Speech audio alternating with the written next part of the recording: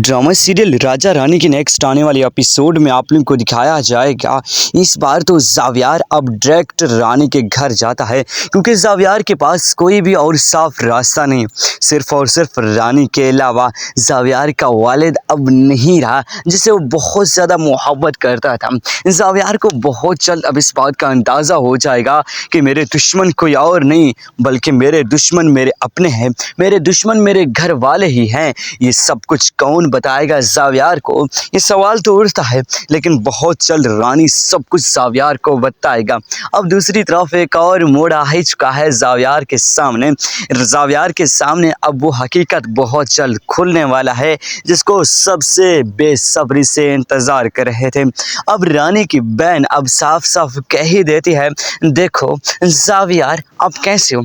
जावियार अब रो रो कर कहने लगता है, मेरा अबू कहाँ है, मुझे सिर्फ पापा के पास जाना है, मुझे किसी के पास नहीं जाना।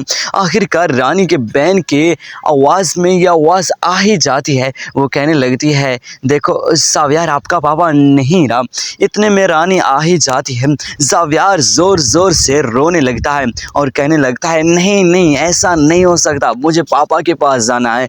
रानी आकर अब साफ साफ कह ही देती है, देखो जावियार आपकी तबीयत ठीक नहीं है, आप रिलैक्स हो जाए, मैं सब कुछ आपको बताऊं कि आपका पापा है वो अपने घर में है, हम अपने घर में हैं। आप देख रहे हैं ना, ये हमारा घर है, ये आपका घर नहीं है, इसलिए आपका पापा अपने घर में है और आप आज हमारे घर मेहमान हो। जिस तरीके से आप पहले हमारे घर में आकर गेस्ट हुए थे ना, आपको याद है।